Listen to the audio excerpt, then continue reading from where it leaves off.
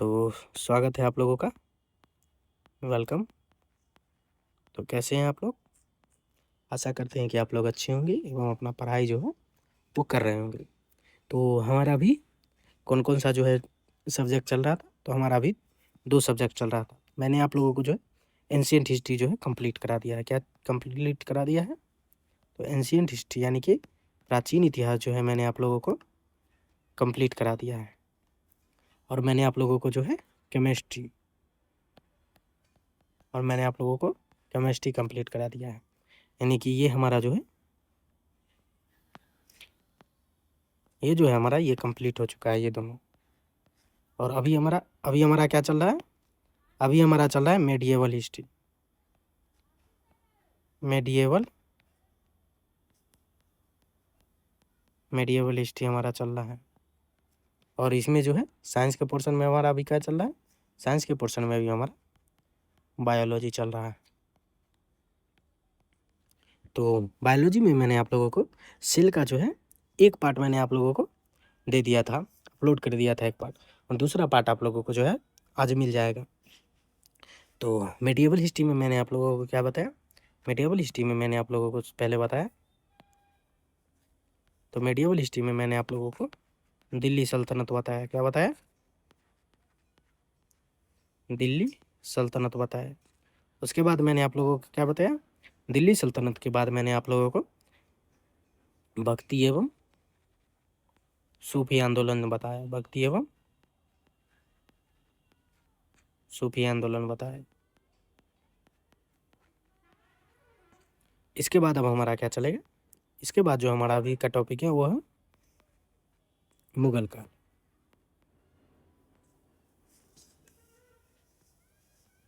और इसी के बाद अगर मुगल काल हमारा कंप्लीट हो जाएगा तब हमारा मुगल काल के बाद क्या चलेगा?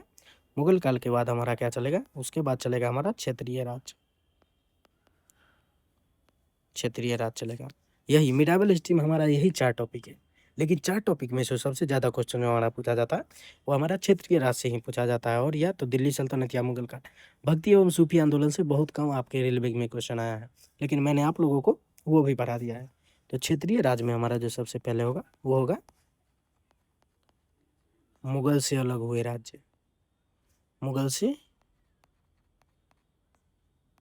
अलग हुए राज्य। वैसे तो सभी राज्य जो है मुगल से ही अलग हो गए, लेकिन इसमें जो उनके सामंत जो थे, जिन्होंने मुगल शासक ने जिनको नियुक्त किया था अधिकारी के तौर पे, उन्होंने ही क्या किया? शासन स्थापित कर लिया। उस समय के जो है छोटे छोटे राज्य जो होंगे मैं आपको इसमें बता दूंगा। उसके बाद हमारा 2 मेन राज्य निकल के आता है। जिसके बाद हमारा 2 या 3 हमारा मेन राज्य निकल के आता है। एक हो गया विजयनगर, और एक हमारा हो गया विजयनगर के पश्चात हमारा हो गया बहमनी साम्राज्य। विजयनगर साम्राज्य और बहमनी साम्राज्य। तो इसी के बाद जो है बहमनी के बाद होगा तो मैं आप लोगों को इसी में मैं आप लोगों को मराठा साम्राज्य भी बता दूंगा। इसी में मैं आप लोगों को मराठा साम्राज्य या मैं अलग से बता दूंगा क्या होगा, तो इसी में मैं आप लोगों को बता दूंगा। देखिए जिस प्रकार से होगा मैं आप लोगों को मराठा साम्राज्य भी बता दूंगा, क्योंकि मेन जो हमारा यही 3 है, मराठा साम्राज्य, विजयनगर साम्राज्य और बहमनी साम्राज्य। ये क्षेत्रीय राज्य में यही तीनों से सबसे ज़्यादा क्वेश्चन आता है। ये हो गया बंगाल हो गया, उसी के बाद अब हमारा हो गया बीजापुर हो गया, बिलकुंडा हो गया, गोलकुंडा हो गया, ये सब हो गया। ये सब हमारा जो है विजयनगर साम्राज्य से ही टूट के निकलेगा। तो ये तो हमारा हो गया जो मिडाइवल हिस्ट्री में मैं आप लोगों को पढ़ाऊंगा, यानी कि मध्यकालीन भारत में मैं आप लोगों को ये सब टॉपिक कवर कराऊंगा। तो अभी हमारा आज का टॉपिक क्या है? आज का हमारा टॉपिक है मुगल काल। आज का हमारा टॉपिक क्या है? मुगल काल। तो चलिए देख लेते हैं जो मुगल काल में हम किस प्रकार पढ़ेंगे। तो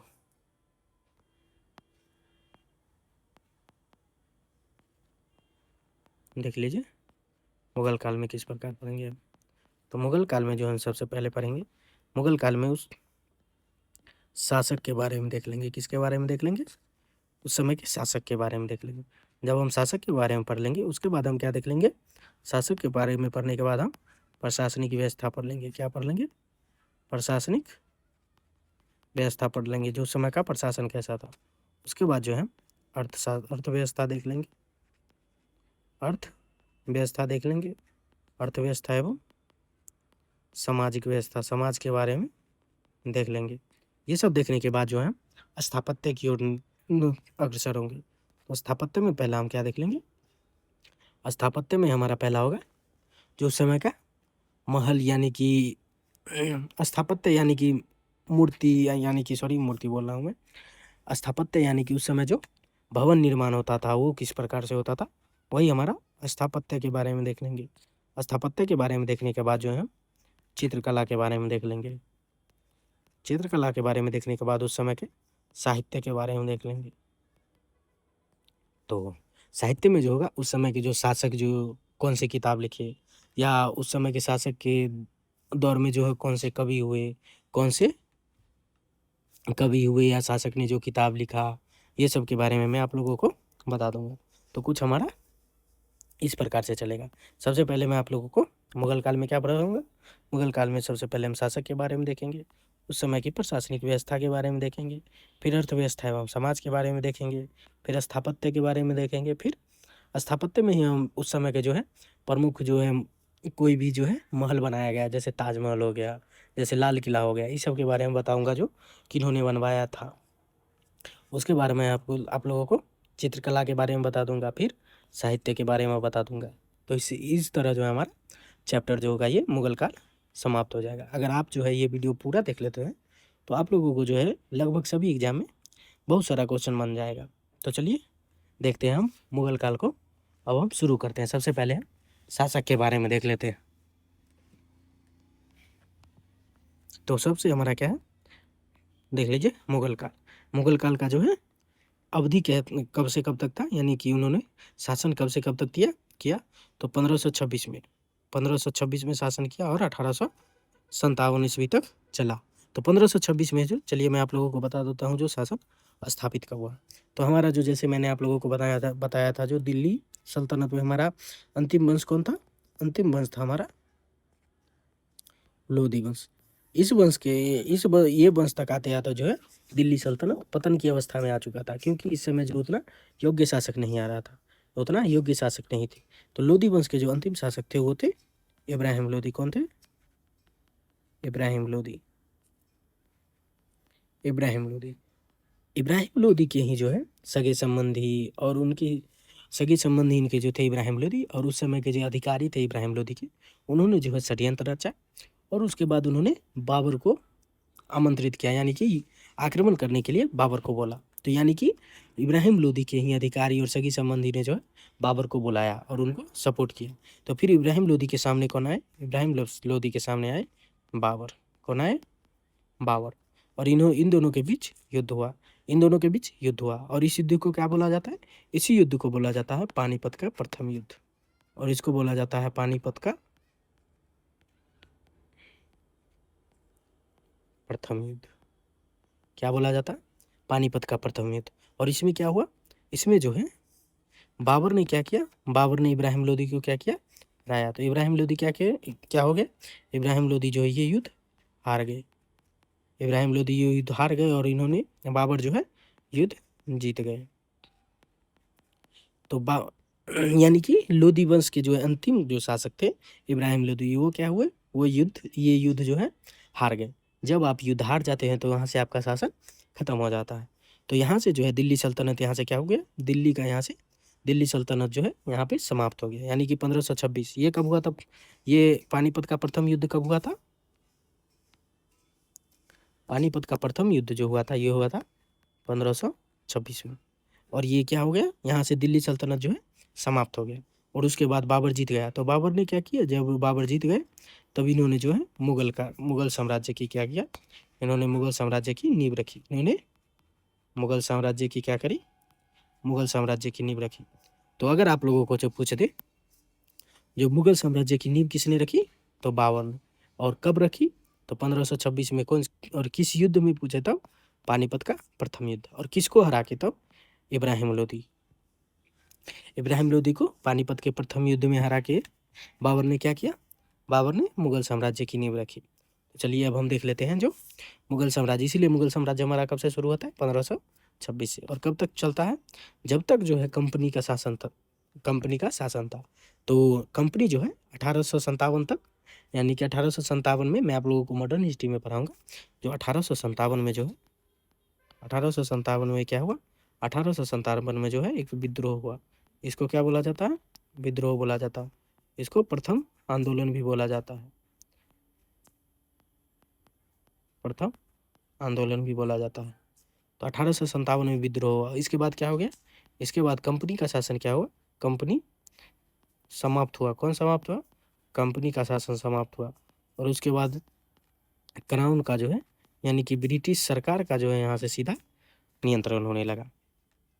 तो वही 1857 तक जो है ये चलेंगे। कौन चलेंगे? मुगल काल चलेगा हमारा 1857 तक, क्योंकि 1857 में ही जो है बहादुर शाह जफर कौन होंगे? बहादुर शाह जफर हमारे अंतिम जो है मुगल शासक कौन थे? बहादुर शाह जफर। इनको जो है 1857 में जो है नेता घोषित कर देंगे सभी लोग, जिस कारण से क्या हुआ? अंग्रेज जो है इनको बंदी बनाएंगे और इनको रंगून जेल भेजेंगे, जहाँ इनकी मृत्यु हो जाएगी। तो ये यहाँ तक हमारा मुगल काल चलेगा। तो मुगल काल का शासन कब से कब तक हो गया? तो मुगल काल का शासन हो गया 1526 से लेकर 1857 तक। तो चलिए अब देख लेते हैं हम मुगल काल के बारे में, जो मुगल काल क्या था। तो चलिए पहला हमारा क्या है? मुगल साम्राज्य एक परिचय। तो अगर बात किया जाए जो साम्राज्य की स्थापना किस प्रकार हुई थी, मैंने आप लोगों को बताया जो साम्राज्य की स्थापना किस प्रकार हुई। जो 1526 में बाबर ने पानीपत के प्रथम युद्ध में इब्राहिम लोदी को हराकर इस महान साम्राज्य की क्या करी? नींव रखी। तो नींव किसने रखी? बाबर ने। किसको हरा के? इब्राहिम लोदी को। कब? 1526 के पानीपत के प्रथम युद्ध में। तो अगर बात किया जाए जो इन्होंने शासन कितने वर्ष तक किया, तो इनका समय अवधि के बारे में बात किया जाए तो इन्होंने लगभग 331 वर्ष तक जो है इन्होंने शासन किया। 1526 से लेकर 1857 तक इन्होंने शासन किया। और साम्राज्य की प्रकृति के बारे में बोला जाए, जो उस समय साम्राज्य इनका कैसा था। इन्होंने साम्राज्य तो स्थापित कर लिया, लेकिन साम्राज्य उस समय कैसा था? एकीकृत था या विकेंद्रित था? किस प्रकार था? तो ये जो साम्राज्य था वो सुदृढ़ था, यानी कि मजबूत था, और केंद्रीकृत साम्राज्य था, यानी कि एक ही जगह से, यानी कि दिल्ली से ही शासन चलता था। कुशल प्रशासनिक व्यवस्था था। अगर कोई भी साम्राज्य अगर केंद्रीकृत है, यानी कि एक जगह से शासन चल रहा है, तो उसका प्रशासनिक व्यवस्था जो होगा कुशल ही होगा, जिस कारण से उनको वो जो होगा साम्राज्य केंद्रीकृत होगा। तो इनका भी क्या था? प्रशासनिक व्यवस्था कुशल प्रशासनिक व्यवस्था था। उसके बाद शक्तिशाली सैन्य बल था। अगर आपको कोई बोल दे जो आपको एक साम्राज्य स्थापित करना है, तो सबसे पहले आप बोलेंगे जो मुझे कुछ सैनिक चाहिए जो हमारा वफादार हो, और कुछ हमारे अधिकार चाहिए जो जिस पे हम पूरा भरोसा कर सकते हैं। तो उसी प्रकार हुआ इनका जो केंद्रीकृत साम्राज्य स्थापित हुआ। क्यों स्थापित हुआ? क्योंकि प्रशासनिक व्यवस्था में जो अधिकारी थे इनके विश्वासी थे, और शक्तिशाली सैन्य बल था, जिस कारण से क्या हो गया? ये साम्राज्य की प्रकृति, यानी कि ये क्या हो गए? सुदृढ़, यानी कि मजबूत हो गए और केंद्रीकृत हो गए। और इस समय जो है बेजोड़ सांस्कृतिक विकास हुआ, क्योंकि इस समय जो है हमारा इस समय का जो है स्थापत्य, यानी कि इस समय का बनाया हुआ जो है स्थापत्य अभी तक हम देख रहे हैं। जैसे हमारा हो गया लाल किला हो गया, जैसे हमारा ताजमहल हो गया, इसी प्रकार जो हमारा जैसा हो गया बहुत ऐसे चीज़ है, जैसे तो जो इसी समय यानी कि मुगल काल में ही बनाया गया था। और यही मुगल काल ही से जो है इंडो इस्लामिक स्थापत्य की जो वहाँ से तो शुरुआत हुआ था दिल्ली सल्तनत से, यहाँ आते आते जो ये चरम पे पहुँच जाएगा। अगर राजधानी के बारे में बात किया जाए, जो इनका राजधानी क्या था, तो राजधानी जो था समय समय पर या आगरा होता था, दिल्ली, फतेहपुर सीकरी और लाहौर से शासन संचालित किया जाता था। शासन एक ही जगह से होता था, लेकिन राजधानी जो है सभी शासक के काल में जो है बदलता रहा। किसी के दौर में जो है राजधानी आगरा रहा, किसी के दौर में दिल्ली रहा, किसी के दौर में फतेहपुर सीकरी रहा, और किसी के दौर में लाहौर रहा। लेकिन औरंगजेब तक जो है शासन जो है केंद्रीकृत था, और औरंगजेब की कुछ नीतियों के कारण ही हो जाए साम्राज्य वहाँ से पतन की ओर अग्रसर हुआ, क्योंकि औरंगजेब जो बहुत ही क्रूर शासक था, जिस कारण से जो है जैसे आप लोग अभी एक छावा मूवी आया होगा वो देखे होंगे अगर, तो संभाजी महाराज पे है वो मूवी। में आप लोगों को मराठा साम्राज्य बताऊंगा, तब मैं आप लोगों को संभाजी महाराज के बारे में बताऊंगा ही। तो औरंगजेब उसी कारण से है जो है, बहुत सारे ऐसे कारण थे, वो प्रमुख कारण था क्रूर नीति, यानी कि हिंदू के प्रति उनके व्यवहारिक यानी कि असहिष्णुता की नीति के कारण क्या हुआ? साम्राज्य का पतन शुरू हुआ। तो ये था हमारा मुगल साम्राज्य के कुछ एक सामान्य परिचय के बारे में, जो मुगल साम्राज्य जिसको हम पढ़ रहे हैं उसके बारे में क्या होगा। तो चलिए अब हम एक एक करके शासक के बारे में पढ़ते हैं। तो सबसे पहले हमारे शासक कौन होंगे? देख लीजिए। तो मुगल शासक क्रम प्रमुख कितने 6 प्रमुख सम्राट हुए। पहले हमारा कौन हो गए, पहले हमारे बाबर हो गए। बाबर जो साम्राज्य को स्थापित किए, तो उनका शासनकाल क्या हो गया 1526 से 1530 तक, यानी कि उन्होंने मात्र 4 साल तक ही शासन किया। और अगर उपलब्धि के बारे में बात किया जाए, बाबर की उपलब्धि के बारे में, तो इनको बोला जाता है मुगल साम्राज्य का संस्थापक। पानीपत का प्रथम युद्ध लड़ा, जिससे इन्होंने क्या किया, मुगल साम्राज्य की नींव रखी। उसके बाद जो है आत्मकथा इन्होंने अपनी आत्मकथा खुद लिखी, जिसको तुजू के बाबरी बोलते हैं। उसी के बाद जो हुए एक शासक हुए हुमायूं। हुमायूं के शासनकाल में जो है बहुत ही उलट फेरा आया, क्योंकि इसी के शासनकाल में आप सुनते होंगे एक हुमायूं के शासनकाल में ही एक शेरशाह सूरी के बारे में आप सुनते होंगे, क्योंकि इसी के शासनकाल में शेरशाह सूरी ने क्या किया, इनको चौसा की लड़ाई में जो हराया और सूर्यवंश का जो है स्थापना किया था।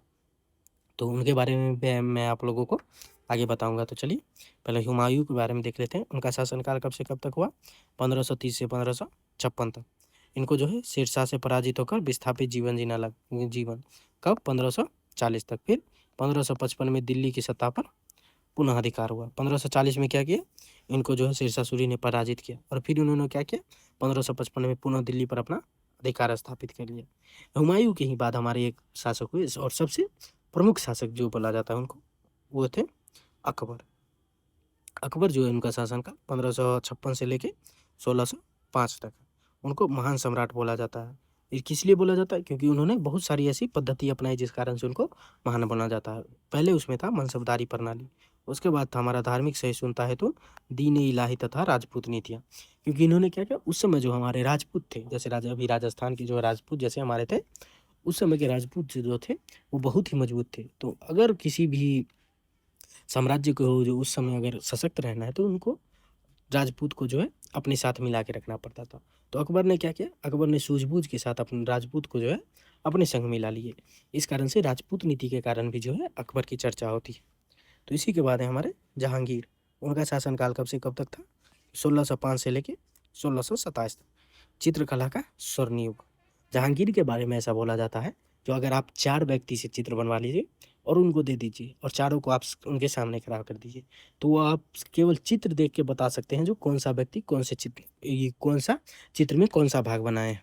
तो इतना ही वो चित्र को लेके सजग थे। तो जहांगीर के काल को क्या बोला जाता है, चित्रकाल का स्वर्ण युग। इनको बोला जाता है न्याय प्रियता हेतु न्याय की जंजीर की स्थापना और सर थॉमस रो का आगमन।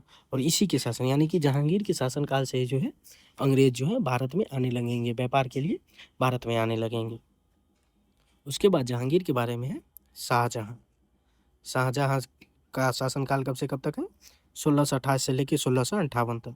इनके बारे में बोला जाता है स्थापत्य कला का स्वर्ण युग। विश्व प्रसिद्ध ताजमहल, लाल किला, जामा मस्जिद का निर्माण इन्होंने ही कराया। किसने कराया, शाहजहां ने। किस किस चीज़ का निर्माण करवाया, तो ताजमहल का निर्माण कराया, लाल किला का निर्माण कराया, जामा मस्जिद का निर्माण कराया। उसके बाद हमारे थे औरंगजेब। औरंगजेब के बारे में बोला जाता है 1658 से 1707 तक इन्होंने क्या किया, शासन किया। और अंतिम प्रमुख शासक यही थे। इसके बाद तो बहुत सारे शासक हुए, शासक तो 1857 तक तो होंगे, लेकिन प्रमुख शासक हमारे इतने ही थे। इसके बाद जो है एक प्रकार से मुगल साम्राज्य जो है नाम मात्र के रहे, उनका जो अस्तित्व नाम मात्र का रहा। तो इसलिए जो हम इतने ही शासक को जो है पढ़ेंगे, क्योंकि अगर पूरे मुगल शासक को पढ़ने लगे तो हमारा जो है 4-5 क्लास इसी में चला जाएगा। जितना में हम मिडाइवल हिस्ट्री कंप्लीट कर लेंगे, उतना केवल हम मुगल शासक के बारे में ही पढ़ते रह जाएंगे। तो इसलिए हम केवल इन्हीं 6 शासक को जो है पढ़ेंगे। तो पहला हमारा क्या हो गया, पहला हमारे हो गए औरंगजेब। इनका शासनकाल कब से कब तक हो गया, इनका शासनकाल 1658 से लेकर 1707 तक हो गया। तो इनको क्या बोला जाता है, साम्राज्य का अधिकतम प्रादेशिक विस्तार। यानी कि इनके शासनकाल में जो साम्राज्य बहुत अधिक विस्तारित हुआ, लेकिन इन्हीं के शासनकाल में जो है बहुत सारे साम्राज्य जो है इन्हीं के शासनकाल से धीरे धीरे टूटकर अलग होने लगेंगे। इनके बाद जो है फतवा या अलमारी का संकलन इन्होंने किया।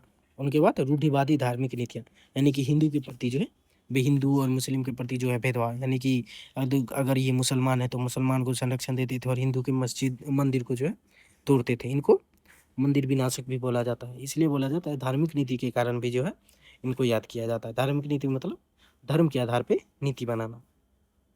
तो ये थे हमारे प्रमुख 6 शासक। तो चलिए एक एक करके हम थोड़ा और डिटेल से पढ़ लेते हैं।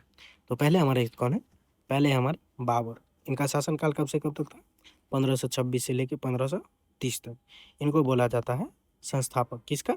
तो मुगल साम्राज्य का संस्थापक। अगर पारिवारिक पृष्ठभूमि के बारे में बात किया जाए, जो ये कहाँ से आते हैं, तो जहीरुद्दीन मोहम्मद बाबर, पितृपक्ष से तैमूर, और इनका पूरा नाम था, बाबर का पूरा नाम क्या था? जहीरुद्दीन मोहम्मद बाबर। अगर इनके पिता के बारे में बात किया जाए तो तैमूर, और माता जो है चंगेज खान का वीर वंशज था।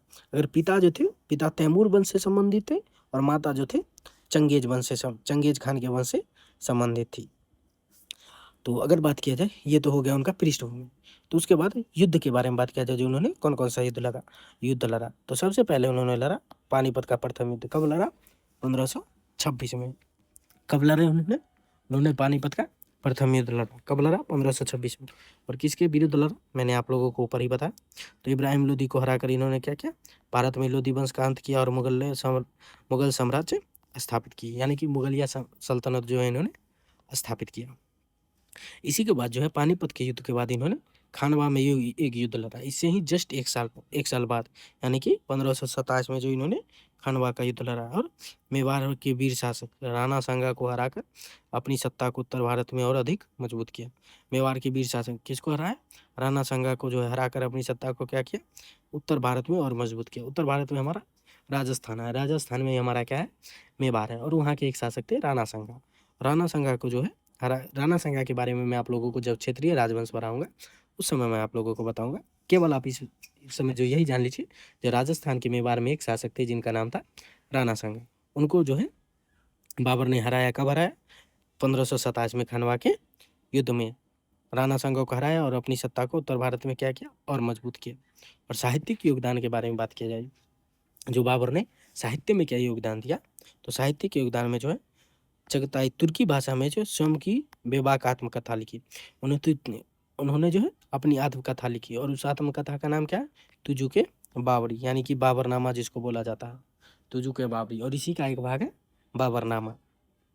और अगर बात किया जाए जो तुजू के बाबरी या बाबरनामा किसने लिखा, तो स्वयं बाबर ने लिखा। और अगर बात किया जाए जो कौन सी भाषा में है, तो ये तुर्की भाषा में है। तो ये हो गए हमारे प्रमुख शासक, यानी कि पहले शासक जो संस्थापक थे बाबर के बारे में। इसके बाद जो हमारे शासक आएंगे हुमायूं। कौन आएंगे इसके बाद? इसके बाद के हमारे शासक है हुमायूं।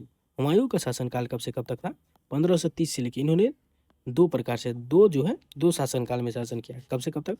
पहला तो 1530 से लेके और 1540 तक, और उसके बाद फिर जो है 1555 से लेके 1556 तक। और इसी बीच में जो है 1540 से लेके जो है 1555 तक जो है सूर्यवंश का स्थापना किया। सूर्यवंश का स्थापना होगा, और इसी सूर्यवंश में एक प्रमुख शासक थे इसके संस्थापक थे। और इसके संस्थापक कौन थे? सूर्यवंश के संस्थापक शेरशाह सूरी। कौन थे? शेरशाह सूरी। और शेरशाह सूरी की मृत्यु के बाद जो है ये सूर्यवंश को जो है ये फिर से हुमायूं हराएंगे और पुनः दिल्ली पे साम्राज्य स्थापित कर लेंगे। तो इसीलिए हुमायूं को क्या बोला जाता है? बीच में जो है इन्हीं के शासनकाल के बीच में सूर्यवंश आया, जिस कारण से इसको विवश भ्रमणशील शासक बोला जाता है। क्यों? क्योंकि सूर्यवंश के आने से शेरशाह सूरी ने उनको हरा दिया, जिस कारण से क्या हुआ? जिस कारण से हुमायूं कुछ समय के लिए जो है मिडिल ईस्ट चले गए, यानी कि मध्य एशिया की ओर, यानी कि अफगानिस्तान चले गए थे कुछ समय के लिए। तो चलिए देख लीजिए सूर्यवंश का स्थापना किस प्रकार हुआ था। तो शेरशाह से संघर्ष। हुमायूं की चर्चा क्यों होती है? क्योंकि इनका जो है शेरशाह से संघर्ष हुआ था। शेरशाह कौन थे? शेरशाह सूरी जो थे वो हमारे जो अभी है रोहतास, यानी कि आप चले जाइए बिहार में रोहतास की तरफ, वहाँ के ये क्या थे? यहाँ के वो मनसबदार थे, यानी कि उस समय के जागीर थे। इन्होंने बाबर के साथ काम भी किया था, जिस कारण से इसको इन्होंने एक बार जो है शेर को जो है मार गिराया था हाथ से, जिस कारण से इसको शेरशाह सूरी शेर बोला गया था। शेरशाह बोला गया था इनको, जिस प्रकार से इनको शेरशाह सूरी बोला गया। तो जब जो है शेरशाह सूरी के संघर्ष कब हुआ? एक बार जो है ये हुमायूं इन्होंने बंगाल की तरफ जो है बंगाल अभियान कर रहे थे। ये क्या कर रहे थे? बंगाल अभियान कर रहे थे। इन्होंने बंगाल में अभियान किया, और बंगाल अभियान के दौरान जो है ये जो है पुनः बंगाल से दिल्ली की ओर लड़ रहे थे। तो इसी रास्ते में ही जो है, रास्ते में ही पड़ता है एक चौसा। क्या पड़ता है हमारे रास्ते में? एक जगह पड़ता है चौसा, जो कि 1539 में चौसा में क्या किया? चौसा में जो है शेरशाह सूरी ने इनको घेर लिया, और चौसा में तो युद्ध हुआ, लेकिन इनको हरा नहीं पाए शेरशाह सूरी। लेकिन फिर से जो है 1540 में कन्नौज में इनका आमने सामना हुआ, और कन्नौज के युद्ध में जो है शेरशाह सूरी से पराजित हो गए। कौन? हुमायूं। हुमायूं को शेरशाह सूरी ने क्या किया? पराजित कर दिया, और शेरशाह सूरी विस्थापित होने को विवश हो गए, यानी कि इनको भारत छोड़ना पड़ा। तो उसके बाद जो है फारस में जो इन्होंने निर्वासन किया। फारस यानी कि वर्तमान ईरान इराक का अभी जो बहुत ही कॉन्फ्लिक्ट यानी कि प्रचार में रहता है, जो हमारे ट्रंप चच्चा के कारण। तो वर्तमान का जो है ईरान, तो उस समय जो है फारस उसको बोला जाता था। वर्तमान जो है ईरान इराक का क्षेत्र जो है वो। तो ये क्या हो गए? ये फिर से जो है शेरशाह सूरी से हारने के बाद जो है फारस की ओर चले गए, और 15 वर्षों तक भारत से निर्वासित रहकर ईरान के शाह के यहाँ शरण प्राप्त की। तो ईरान चले गए। इन्होंने क्या किया? ये शेरशाह सूरी से हारने के बाद ये कुछ समय के लिए जो है ईरान चले गए, और फिर वहाँ से जो है उन्होंने 1555 में जो है उन्होंने फिर से भारत की ओर हमला बोला। और उस समय जो है शेरशाह सूरी की मृत्यु के बाद एक सम्राट हुए, जिनका मुझे नाम अभी रिकॉल नहीं आ पा रहा है। उनको इन्होंने जी क्या किया? उनको हराया, और फिर से जो है इन्होंने हुमायूं ने दिल्ली पे अपना नियंत्रण स्थापित किया, और साम्राज्य की पुनः प्राप्ति क्या हुई? साम्राज्य की पुनः प्राप्ति हुई 1555 ईस्वी में। सूरी साम्राज्य की दुर्बलता का लाभ उठाकर दिल्ली और आगरा पर पुनः अधिकार प्राप्त कर लिया। 1555 में क्यों हुआ? क्योंकि 1550 में ही जो है 1540 में तो उन्होंने शासन स्थापित कर लिया, और 1545 में जो है शेरशाह सूरी की मृत्यु हो गई थी। कालिंजर किला जीतने के समय शेरशाह सूरी के पास जो है बम विस्फोट हो गया, जिस कारण से शेरशाह सूरी की मृत्यु मौके पर ही हो गई, कालिंजर किला जीतते समय। और उसके बाद जो है 10 वर्ष तक जो है शेरशाह सूरी का वंश तो चला, लेकिन धीरे धीरे अयोग्य शासक के कारण फिर क्या हुआ? फिर हुमायूं ने आक्रमण किया, और फिर अपना साम्राज्य पुनः स्थापित कर लिया। तो हुमायूं ने 1500 ईस्वी में सूर साम्राज्य की दुर्बलता का लाभ उठाकर दिल्ली और आगरा क्या किया? पुनः प्राप्त किया, और दुर्भाग्यपूर्ण अंत इसी को बोला जाता है। 1555 में तो इन्होंने जीता ही, और 1526 में क्या हो गया? दिल्ली में अपने ही द्वारा निर्मित पुस्तकालय जो कि 3 पन्ना है, 3 पन्ना की सीढ़ियों से गिरकर असमय मृत्यु हो गई। यानी कि ऐसा देख लीजिए, ऐसा किस्मत भगवान किसी को ना दे। 1555 में बेचारा तो उतना 15 वर्ष के वनवास के बाद लौटा दिल्ली में, और फिर क्या हुआ? 1555 में वो जीत के लौटा, और 1556 में क्या हो गया? 3 पन्ना से के सीढ़ियों से गिर गए, यानी कि पुस्तकालय के सीढ़ियों से गिर के क्या हो गया? उसकी मृत्यु हो गई। तो ये हो गए हमारे हुमायूं। और यही हुमायूं के बाद इनकी जो है असमय मृत्यु के कारण ही क्या हुआ? असमय मृत्यु का कारण ही वो ये जो है अकबर जो है शासक बने। और अकबर जब शासक बने तो वो बहुत ही छोटे थे, शायद वो 12 वर्ष के शासक बने थे, या 8 वर्ष के थे, 12 वर्ष के थे तब वो जो क्या हुए? तब वो शासक बने। तो अकबर 1556 से लेके 1605 तक ये क्या हुए? शासक रहे, और इसको सबसे महान मुगल शासक बोला जाता है। महान क्यों बोला जाता है? क्योंकि उनकी कुछ नीतियों के कारण इनको महान बोला जाता था, जिसमें पहला था तो उनका प्रशासनिक सुधार और धार्मिक सहिष्णुता की नीति। तो पहले देख लीजिए, जो अकबर ने कौन कौन सा युद्ध लड़ा? तो युद्ध एवं विजय। तो इनको जो है पानीपत का तृतीय युद्ध लड़े, पानीपत का तृतीय बोले, तृतीय तो होगा अंग्रेज के साथ, मराठा के साथ और अफगान के साथ होगा। तो पानीपत का द्वितीय युद्ध जो होगा, पानीपत का द्वितीय युद्ध, प्रथम युद्ध कब हुआ? 1526 में हुआ। और किसके साथ? जो पानीपत का फर्स्ट युद्ध, और ये कब हुआ? ये हमारा हुआ 1526 में हुआ। और किसके बीच हुआ? ये हुआ इब्राहिम लोदी और यही मुगल वंश के संस्थापक बाबर के बीच हुआ।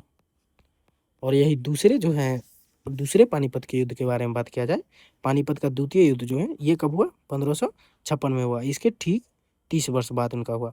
और बैरम खान यानी कि अकबर जब शासक बने थे ना, तब उनका जो है उम्र था 12 वर्ष।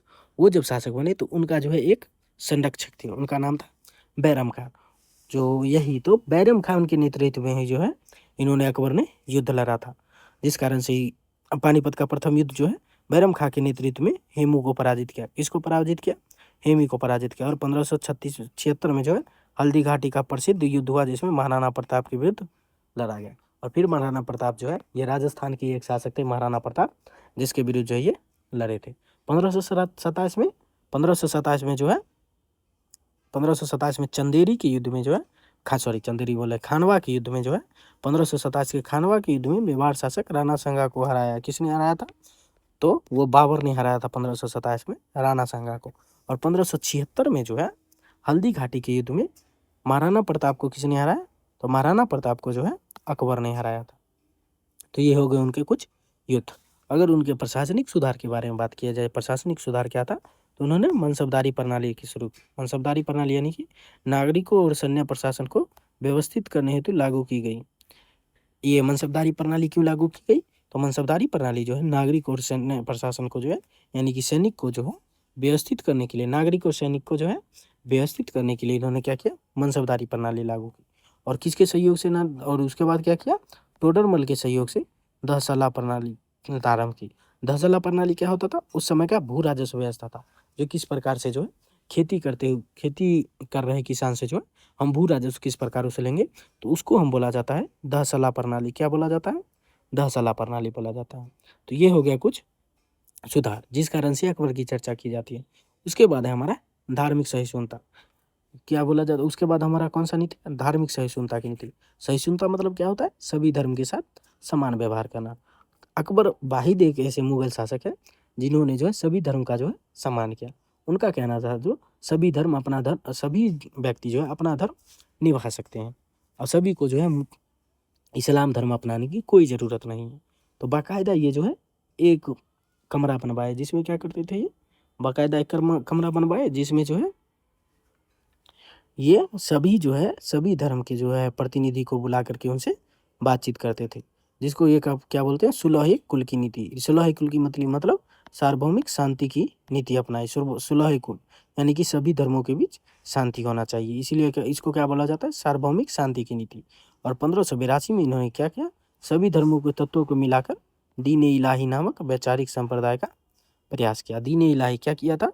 इन्होंने एक धर्म शुरू किया कि इनको क्या बोला जाता है? उसको दीन ए इलाही। इसमें क्यों थे? इसमें सभी धर्मों के तत्वों को मिलाया गया था, जिसमें सभी धर्मों के अच्छे गुणों को मिलाया गया था और बुरे गुणों को समाप्त किया गया था, जिसको क्या बोला जाता है? दीन ए इलाही। इन्होंने अगर पूछ ले जो ऐसे कौन से शासक है जिन्होंने अपना धर्म शुरू किया था, तो वो थे अकबर। और अकबर जो है ये अकबर दीन ए इलाही नामक एक अपना धर्म शुरू किया, और इसमें सभी धर्मों के तत्वों को इन्होंने मिलाया था, जिस कारण से इन अकबर की जो है चर्चा बहुत होती है। तो ये कुछ कारण था जिस कारण से अकबर को जो है महान शासक बोला जाता है। पहला हमारा क्या है? युद्ध एवं विजय। उसके बाद प्रशासनिक सुधार, और दूसरा धार्मिक सहिष्णुता की नीति। अकबर के बाद हमारे शासक जो है वो है जहांगीर। और जहांगीर के बारे में क्या बोला जाता है? कला का पारखी थे, यानी कि चित्रकला के पारखी, मुख्य रूप से चित्रकला के पारखी थे जहांगीर, जिनका शासनकाल 1605 से लेकर 1627 तक रहा। इनको कला का पारखी बोला जाता है। और अगर न्याय व्यवस्था की बात किया जाए, तो उस समय की न्याय व्यवस्था क्या थी? तो न्याय की पुकार हेतु आगरा के किलों से यमुना नदी की तट तक प्रसिद्ध सोने की न्याय जंजीर लगवाई गई। क्या किया गया? सोने का। इन्होंने न्याय के लिए क्या किया? इन्होंने न्याय की पुकार हेतु जो है आगरा के किले से, आगरा के किला क्या है हमारा? दिल्ली जो है, आगरा किला से लेके दिल्ली ही में ही हमारा एक नदी बहती है, जो अभी बहुत ही प्रदूषित है, जो हमारी छठ पूजा में बहुत ही पॉपुलर हुई थी। किस कारण से? उसकी पानी की वजह से, हमारे दिल्ली के सांसद जो थे और दिल्ली के मुख्यमंत्री के कारण। तो वो जो है यानी कि दिल्ली के आगरा के किले से जो है इन्होंने यमुना नदी तक क्या किया? प्रसिद्ध सोने की न्याय की जंजीर लगवा दी। इस कारण से भी इनकी चर्चा होती है। अगर बात किया जाए जो जहांगीर के शासनकाल में ही जो है यूरोप से जो है व्यापारी इनके दरबार में आने लगे थे, और इसी क्रम में जो है हमारे एक ब्रिटिश व्यापारी जो है इनके दरबार में आए थे। यूरोपीय संपर्क के बारे में बात किया जाए तो ब्रिटिश सम्राट जेम्स प्रथम के दूत सर थॉमस रो को मुगल दरबार में व्यापार करने की अनुमति प्रदान की। जब ये जेम्स प्रथम के जो सर थॉमस रो जो है मुगल दरबार में आए, तो इन्होंने मुगल दरबार में आके बोला जो महामहिम हमें व्यापार करने की अनुमति दी जाए। तो इन्होंने जो है जहांगीर ने जो है उनको व्यापार करने की अनुमति दे दी, जिसके कारण से आपको पता है जो 1605 में जो है 1613 में जो है ब्रिटिश ईस्ट इंडिया कंपनी जो है अपनी पहली जो है आधिकारिक कंपनी, अपनी पहली आधिकारिक जो है गोडाउन खोला। गोडाउन मतलब अपना जो है पहला फैक्ट्री खोला। कब खोला? 1613 में। अगर बात किया जाए तो जहांगीर की चर्चा और किस कारण से होती है, तो जहांगीर की चर्चा इसके लिए होती है क्योंकि इनको चित्रकला का पारखी बोला जाता है। और जैसे मैंने आप लोगों को ऊपर बताया, जो इनकी अगर इनके सामने अगर ऐसे चित्र रख दीजिए जिसमें जो है 4 लोगों ने मिलकर चित्रकारी की है, तो ये वो सभी भाग को बता देंगे। अगर आप वो चारों लोगों को सामने खड़ा कर देंगे तो उन सभी लोगों का जो है बता देंगे जो कौन से लोग ने किस प्रकार की जो है कौन से भाग की चित्रकारी की है। तो इसको क्या बोला जाता है? चित्रकला का स्वर्णयुग। जो जहांगीर के शासनकाल को मुगल चित्रकला का चरमोत्कर्ष माना जाता है। यह वह स्वयं चित्रकला का पारखी था जी। तो इसीलिए जो है वो स्वयं एक चित्रकला के पारखी थे। जैसे मैंने आप लोगों को बताया, जो एक चित्र रख दीजिए, 4 लोग जो बनाए, तो वो जो है बता देंगे जो किस व्यक्ति ने इस चित्र का कौन सा भाग बनाया है। तो इसलिए जो है इसको चित्रकला का स्वर्णयुग बोला जाता है। अगर बात किया जाए जो जहांगीर की साहित्यिक रुचि भी थी, तो साहित्यिक रुचि के बारे में अगर बात किया जाए तो उन्होंने फारसी भाषा में जो अपनी महत्वपूर्ण आत्मकथा लिखी। क्या लिखे? तो जो कि जहांगीरी की रचना की। इसी प्रकार जो है बाबर ने अपनी रचना की थी, अपनी जो है अपनी आत्मकथा लिखी थी, जिसको क्या बोलते हैं? अकबरनामा बोला जाता था। और वो क्या था? वो हमारा जो था तुर्की भाषा में था। लेकिन ये जो है जहांगीर का जो है जहांगीर का आत्मकथा जहांगीरी तुजुके जहांगीरी, वो जो है फारसी भाषा में। फारसी भाषा में कौन सी भाषा में? फारसी भाषा में। तो आप ये याद रखिएगा क्योंकि ये कभी कभी पूछ लेता है जो तुजुके जहांगीरी कौन सी भाषा में थी और अकबरनामा कौन सी का, या बाबरनामा जो है अकबरनामा सॉरी बोल रहे बाबरनामा कौन सी भाषा में थी।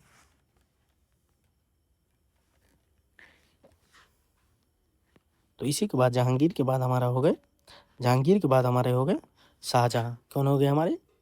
शाहजहां। शाहजहां का शासनकाल कब से कब तक था? 1628 से लेकर 1658 तक। इनको क्या बोला जाता है? स्थापत्य का स्वर्णयुग। इसको क्या बोला जाता है? स्थापत्य का स्वर्णयुग बोला जाता है। क्यों? क्योंकि इनके शासनकाल में जो बहुत सारा जो है स्मारक बनाया गया। स्मारक बोल रहे हैं, बहुत सारी इमारत बनाया गया। जैसे हमारा हो गया प्रसिद्ध स्मारक, इसका निर्माण स्थल और उसकी विशेषताएं के बारे में चलिए देख लेते हैं। प्रमुख प्रसिद्ध स्मारक में पहले है हमारा ताजमहल। ताजमहल जो है किसके याद में बनाए थे? सभी लोगों को पता होगा। तो ताजमहल जो है मुमताज़ की याद में ये बनवाए थे। तो वो कहाँ हमारा बना हुआ है? आगरा में बना हुआ। और विशेषता इसे क्या है? अपनी बेगम मुमताज महल की स्मृति में इन्होंने ताजमहल बनवाया। और पूर्णतः जो है ये संगमरमर का नायाब नमूना है। और ये जो है श्वेत संगमरमर था जब ये बना था, लेकिन ये धीरे धीरे क्या पड़ रहा है? धीरे धीरे ये पीला पड़ रहा है। पीला क्यों पड़ रहा है? क्योंकि इसके इर्द गिर्द जो है ऐसी फैक्ट्री स्थापित हो गई है, जिस कारण से ये ताजमहल पे जो है अम्लीय वर्षा होती है। तो अम्लीय वर्षा से क्या होता है? ये श्वेत संगमरमर जो है अपना उजला रंग खो रहा है एवं पीला रंग धीरे धीरे जो है उसमें चढ़ रहा है। इसलिए सरकार कोशिश कर रही है जो ताजमहल के चारों तरफ जो वो ऐसे कोई फैक्ट्री स्थापित ना हो जिससे जो है अम्लीय वर्षा का खतरा बढ़े। तो इसके बाद है हमारा प्रसिद्ध स्मारक में ये एक हमारा लाल किला। लाल किला कहाँ है? दिल्ली में है हमारा लाल किला। और ये जो है लाल बलुआ पत्थर से निर्मित है। और ये विशाल दुर्ग, लाल बलुआ पत्थर से निर्मित विशाल दुर्ग है। यानी कि अगर आप लाल किला बाहर से देखिएगा तो आपको अंदर का कुछ भी दिखाई नहीं देगा। क्यों? क्योंकि बाहर जो है बहुत लंबी दीवार, यानी कि जिसको दुर्ग बोला जाता है, उससे चारों तरफ से घिरा हुआ है। इसी पे जो है लाल किला पे ही हमारे प्रधानमंत्री जो है आके 15 अगस्त को जो है झंडा फहराते हैं। और दिल्ली के लाल किला जो है लाल बलुआ पत्थर से निर्मित विशाल दुर्ग से घिरा हुआ है, जिसके भीतर दीवाने आम व दीवाने खास स्थित है।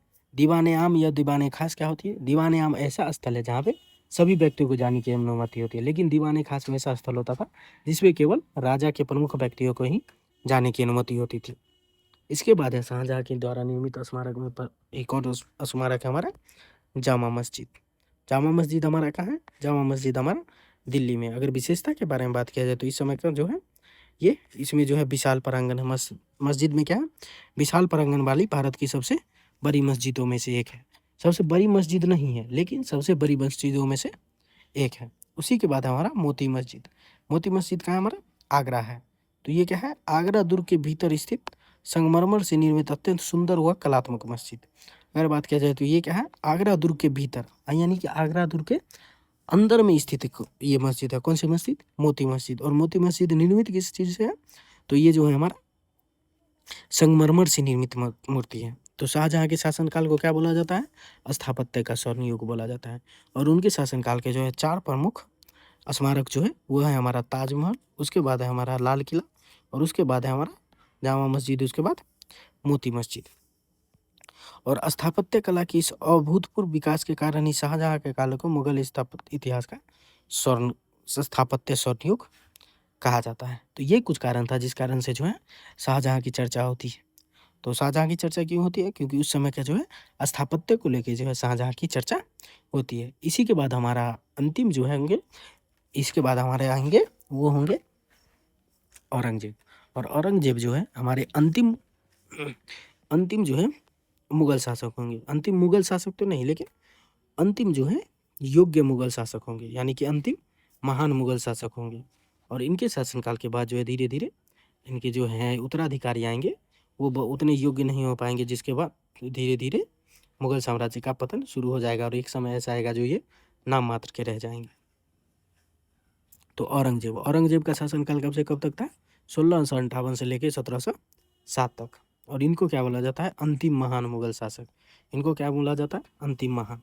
अगर बात किया जाए औरंगजेब, तो औरंगजेब का उपाधि और शासन के बारे में बात करें तो इन्होंने आलमगीर की उपाधि धारण की। आलमगीर यानी कि विश्व विजेता के नाम से प्रसिद्ध थे, और सर्वाधिक लंबे समय 49 वर्ष तक शासन करने वाले मुगलों में से एक थे। तो ये कौन थे? अगर उपाधि व शासन के बारे में बात किया जाए तो इन्होंने आलमगीर की उपाधि, आलमगीर के नाम से प्रसिद्ध थे। आलमगीर मतलब विश्व विजेता के नाम से प्रसिद्ध थे, और सबसे लंबे समय के लिए जो है शासन करने वाले शासकों में से एक थे। और ये जो है औरंगजेब की चर्चा प्रमुख इसलिए होती है क्योंकि वो धार्मिक रूढ़िवादिता का जो है समर्थक थे। धार्मिक रूढ़िवादिता के कारण इन्होंने क्या किया? 1679 में जो है जजिया कर पुनः लगाया। अकबर ने जजिया कर को क्या किया था? समाप्त कर दिया। लेकिन 1679 में इन्होंने क्या किया? औरंगजेब ने फिर क्या किया? 1679 में पुनः लागू कर दिया, और उन्होंने शरीयत कानून के संकलन के लिए फतवा-ए आलमगीरी का निर्माण करा। शरीयत कानून क्या होता है? शरीयत कानून होता है इस्लामिक कानून, यानी कि इस्लाम का कानून हमारा क्या होता है? शरीयत कानून होता है। और इसने क्या किया? शरीयत कानून के संकलन के लिए क्या बनवाया? फतवा-ए आलमगीरी का निर्माण कराया। और इसके बाद बात किया जाए तो साम्राज्य विस्तार व दक्कन नीति। तो इसने क्या किया?